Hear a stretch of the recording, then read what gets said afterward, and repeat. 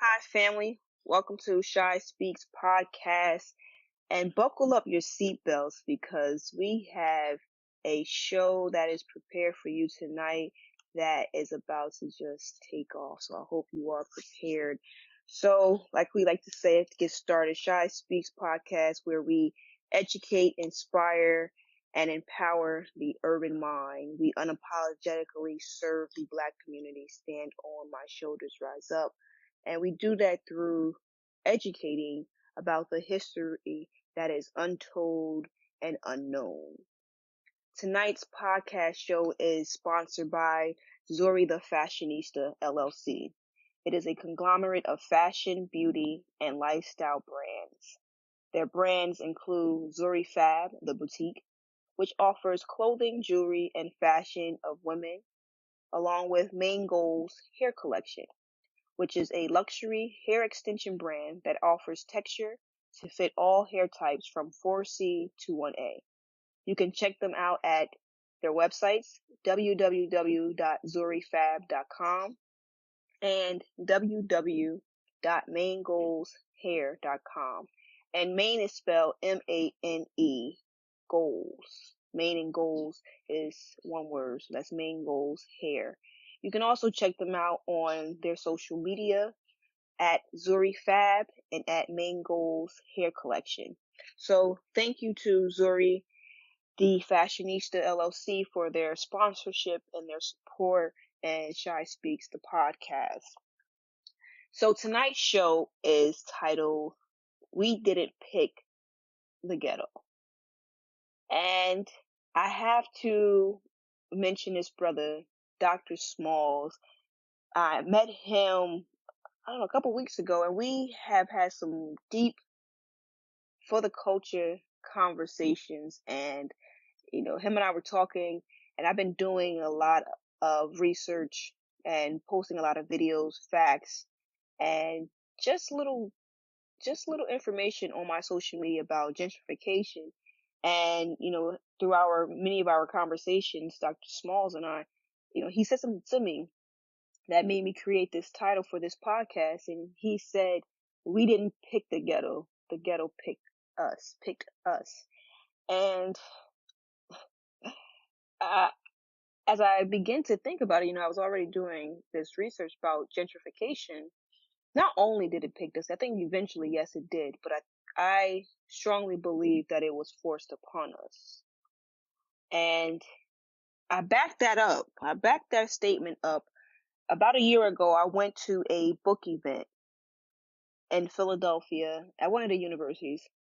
I can't remember which one, but prior to going to this book event, I would say about 3 years prior to it, I was working in Camden, and it just hit me one day, looking at all of the abandoned buildings and the prostitutes, the drug dealers, the drug users, the people who are strung out on alcohol, people who are strung out on just oppression and poverty, undereducated.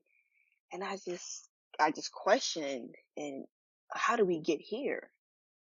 And it wasn't until I went to this book event in Philadelphia, and the the event was amazing. And the title of the book is called The Color of the Law, written by Richard Rothstein. And the subtitle of The Color of the Law is A Forgotten History of How Our Government Segregated America. And this event was so life-changing. Not only did it answer the question that I posed several years prior to attending, but it was an eye-opener. Like I said, also life-changing. And I've been reading the book, and I have to say it's a difficult read for me. Excuse me. But it's not difficult in a sense in the way that it's written or in the way in which the facts and information is presented. But it's difficult because there's so much information that is overwhelming that I'm shocked in some sense. I'm hurt, disappointed which I really shouldn't be disappointed because it's the American history, the flaws of the American history. So, but it's difficult for me because sometimes it's so overbearing that I have to place the book down and then return to it. But, you know, isn't that common when you read and learn about any type of American history? For me, yes. For some, maybe no. But, this book is amazing, and, I never had the opportunity to, meet Mr. Rothstein one-on-one, but, that event that I went to was definitely life-changing. And it has sparked, my interest into gentrification today. And the reason why I say that, one, we did not pick the ghetto. I also got this from Dr. Smalls, but I agree with him. We didn't pick the ghetto. You think about today, you compare it to when certain agencies were created and established, governmental agencies were established and created. The public housing system was originally for not to provide shelter for the poor, but it was offered because people couldn't find housing, not because they couldn't afford it. And public housing was for the middle class, working class white families. It was not for the blacks. I'm going to read a part in the book of The Color of the Law. And this comes from, what is this, I think the first chapter? No, I'm sorry, second. And this chapter is titled Public Housing, Black Ghettos. I have to I'm telling you, this book it's amazing. It's amazing. It's definitely life-changing. So some of it is a little difficult for me to get through, but I'm going to get through it because I want to make sure that you all get this information. But, okay, so this is a long passage, but I'm going to make it through. Public housing original purpose was to give shelter, not to those too poor to afford it, but to those who could afford decent housing, but couldn't find it because none was available. So in New York City from World War II to 1955, the Housing Authority constructed 20 large unsubsidized projects for middle-class families, all of whom paid rent that covered the housing costs. Many projects were attractive, low-rise, it was about 6 stories, developments with trees, grassy areas, and park benches. In addition to giving priority to veterans, the authority maintained a list of 21 disqualifying factors for prospective tenants. So in this list, these 21 disqualifying factors, they consisted of, here's a few of them: irregular employment history, single parent family, or an out of wedlock birth, criminal record, narcotic addiction, mental illness, poorly behaved children, poor housekeeping habits, and lack of sufficient furniture. Those are some of the disqualifying factors. Couples had to show a marriage certificate before the application was accepted. We didn't choose the ghetto. We didn't pick the ghetto. The ghetto was forced upon us. As I continue to go through this podcast and I tell you some of these overwhelming facts, I think it's clear to see that the government wanted to preserve the good life of the white lifestyle while keeping blacks at a distance. They wanted to keep them separated,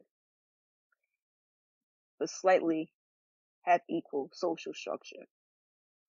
They didn't want to integrate the communities. I think it's clear to say and clearly obvious that the government wanted to keep blacks as second-class citizens. Nina Simone sung about that. You give us second-class houses, you think all colored people are just second-class fools. Sorry for my singing. But it's just a blatant disrespect, blatant mistreatment. White people had units that were built in scenic locations, while blacks got run down, some rural areas, congested slums, units that were built in far away areas from employment. So with these segregated homes that were built so far away, and blacks being far away from employment, blacks would have to wake up extremely early, some before the sunrise, to get proper transportation to make it to work on time.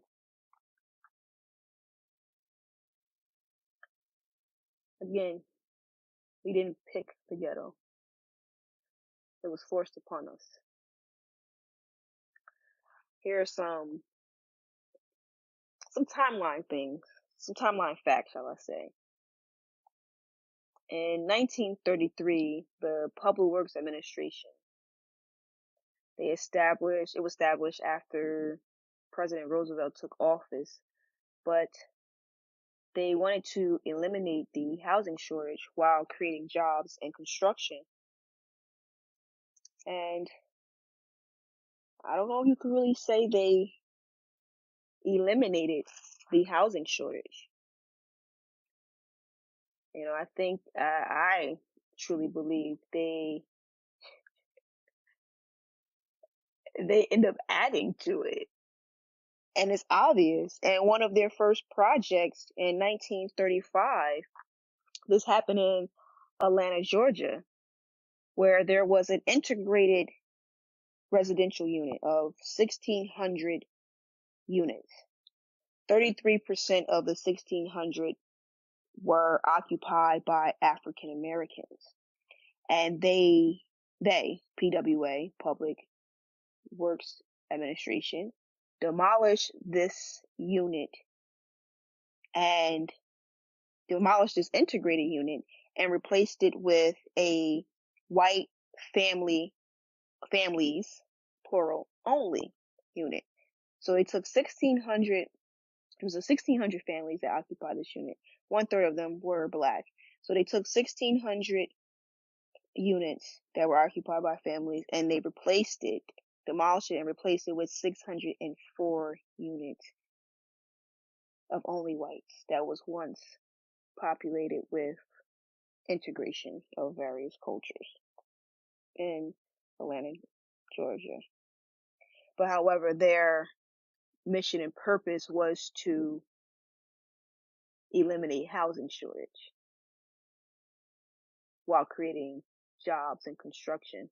Yeah, you may have succeeded in the latter, but you definitely failed in your initial intentions, which it was to eliminate housing shortage. Because when you take, where do that 1/3 of the African Americans, where did it go? Where did it go? They're forced to go into housing with whomever to take them in, whether it be family members, friends, because you got to remember it's low income. So where did it go? You just evicted. You just evicted 1/3 of 1600. You just created homeless residents or homeless people, 1/3 of 1600. Again, we didn't pick the ghetto. It was forced upon us. I apologize if I keep coughing. I'm just getting over the flu, and this is the latter part of it. This cough. Um, like I said, this information is breathtaking. It's truly breathtaking. But, so after, the public works, they had a few projects after their establishment in 1933, and their first project 2 years after their establishment in 1935. But then also Congress ended PWA being in control of the construction. This happened in 1937. The Congress no longer wanted the federal government to be in charge of federal construction. So they handed over this obligation to the locals, and they wanted the locals to be in charge of it. They wanted them to be responsible for it. But however, the government didn't take their hands off as far as the federal government. What they did was they would only provide federal subsidies. And these federal subsidies were provided through the USHA, which is the U.S. Housing Authority. But however, there's more to that. Everything has a connection. Everything has a connection. So this happened in 1937. In 1940, 3 years later, Congress adopted the Lanham Act, which was for financial housing for workers in defense industries. So this project had a significant role. It was important. I'm sorry, excuse me. It was an important role, and it was to segregate urban areas. I'm gonna read a blurb in the book. So in some cities, the government provided war housing only for whites, leaving African Americans in congested slums and restricting their access to jobs. In other cities, like Richmond, war housing was created for African American workers as well, but it was segregated. By the war's end, the Lanham Act had combined with the PWA and the USHA, U.S. Housing Authority, programs to create or solidify residential racial segregation in every metropolitan area that they had touched. So you see the connection between the Public Works Administration, the U.S. Housing Authority, and how it's all connected to the Lanham Act. How it started with the PWA, then came the U.S. Housing Authority, and how it has the connection with the Lanham Act. Again, we did not pick the ghetto. The ghetto was forced upon us. And when I think about gentrification today, here in the state of New Jersey, where I'm from,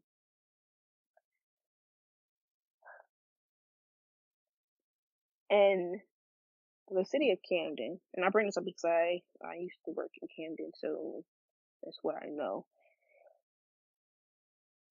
Gentrification today,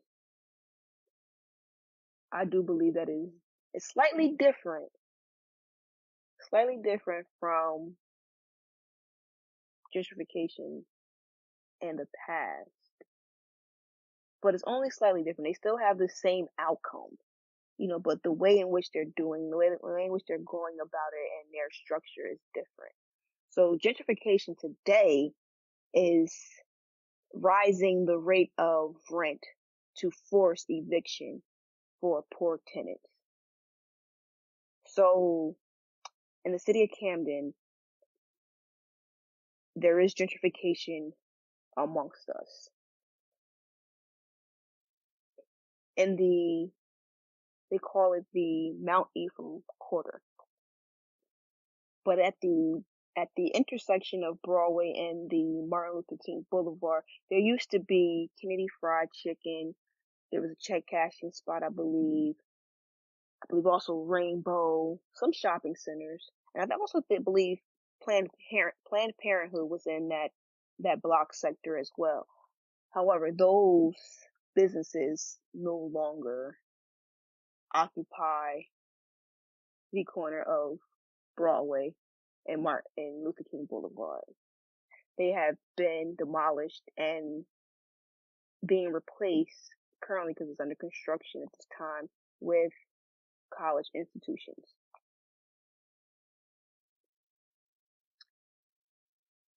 A little further in the city, gentrification at its best, I guess you can say, there were subsidized housing, low income housing, branch, that's what we call it, branch projects. And those buildings, those residential buildings, some have already been demolished and some are in the process of being demolished. Now, Branch Village is being replaced with the low income. They were low income, Branch Village, low income. They only paid 30%, excuse me, 30%, I believe, is the amount of their income for their rent. I'll get to that. Matter of fact, I'll address it right now. 30% of their income, I believe it's 30. And the average annual salary for a Camden resident is under $18,000. How does anybody sustain off of that in today? When you think about the quality of a dollar or the lack thereof, technically, the dollar is not what it used to be. How does anyone make a living off of that? I don't understand it. It frustrates me. Anyway, Branch Village, low income housing, gentrification, being demolished, being replaced with senior living. It's three areas or three different housing that's being replaced. That Branch Village is being replaced with senior living. Some of the units will be subsidized low income, and the rest will be, home ownership, condominiums, I'm assuming. So where did all of these, I think it's a little over 250 residents, 250 units, that were occupying Branch Village, so it was clearly more, because there were families that were living there. Where are all those tenants at?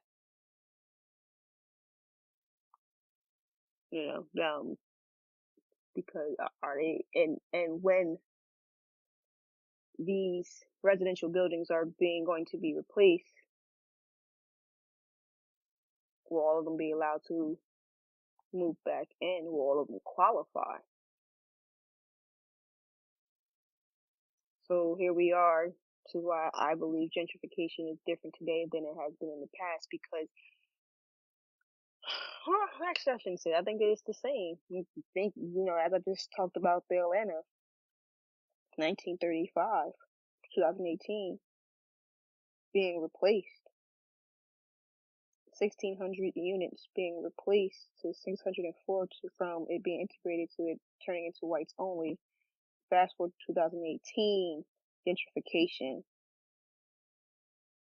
a fully subsidized low income housing units with over 250 units of low income being demolished and being replaced with senior living, some of it being subsidized low income, and home ownership and condominium ownership.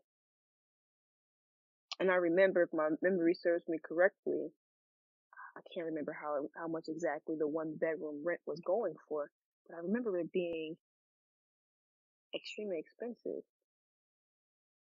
over 1,000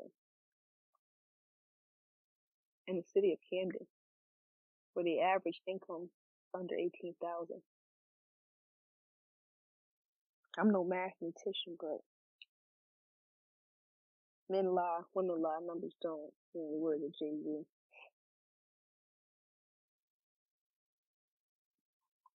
Again, we didn't pick the ghetto. It was forced upon us. It is still being forced upon us. But what we are dealing with today, you forced us into these communities. Now you're forcing us out. And the marketing plan behind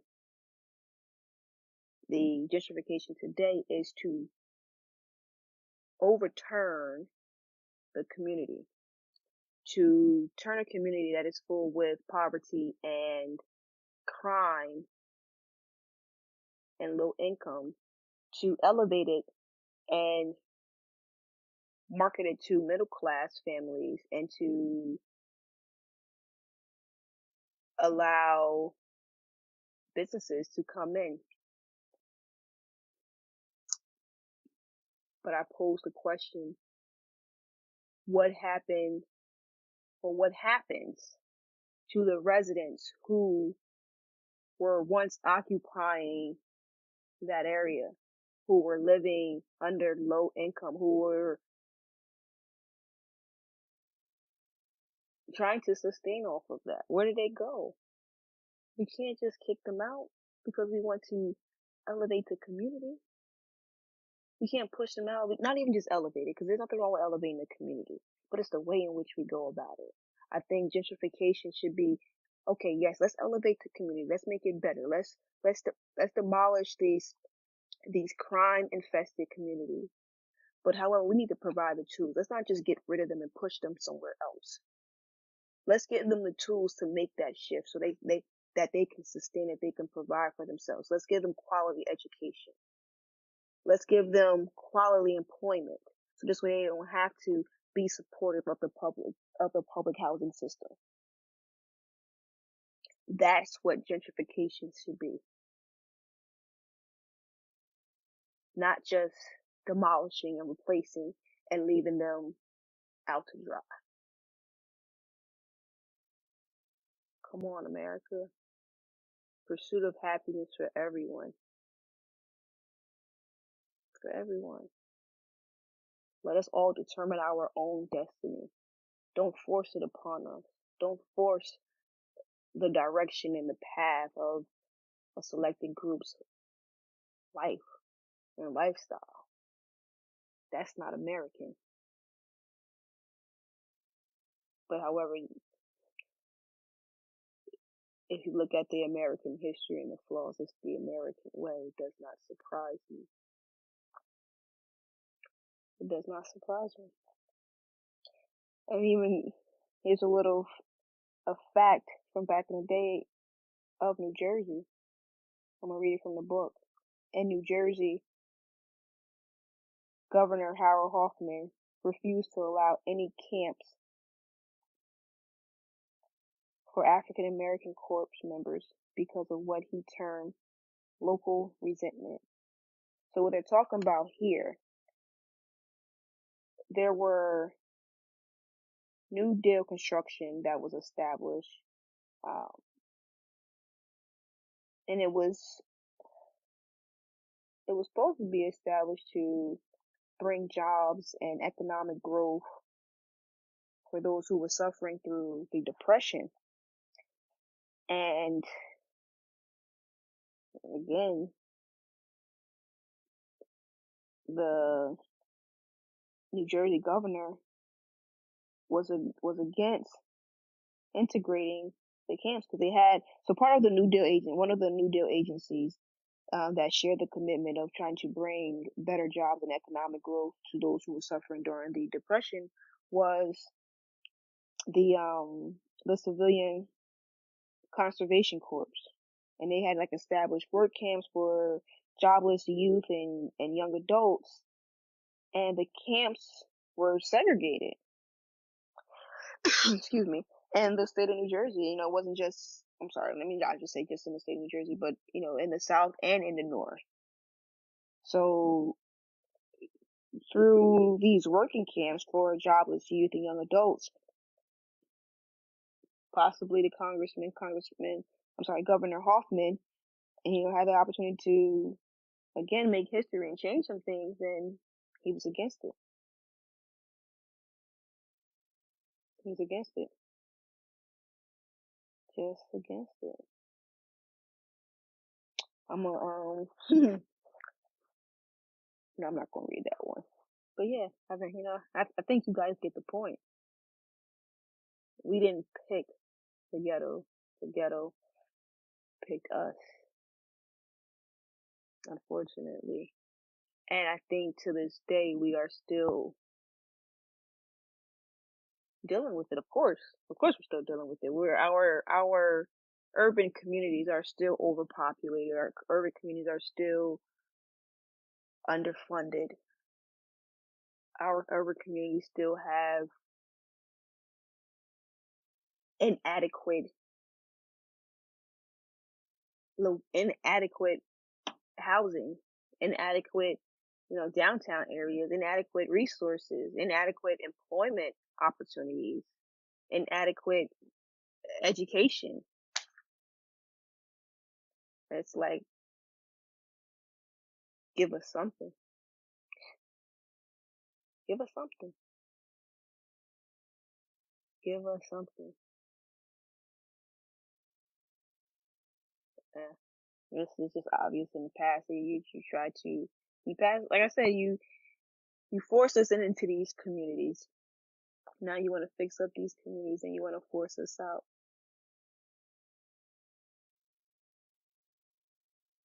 Where do we go from here? Where do we go from here? Again, we didn't pick the ghetto. The ghetto was forced upon us. Thank you for tuning in. Shy Speaks.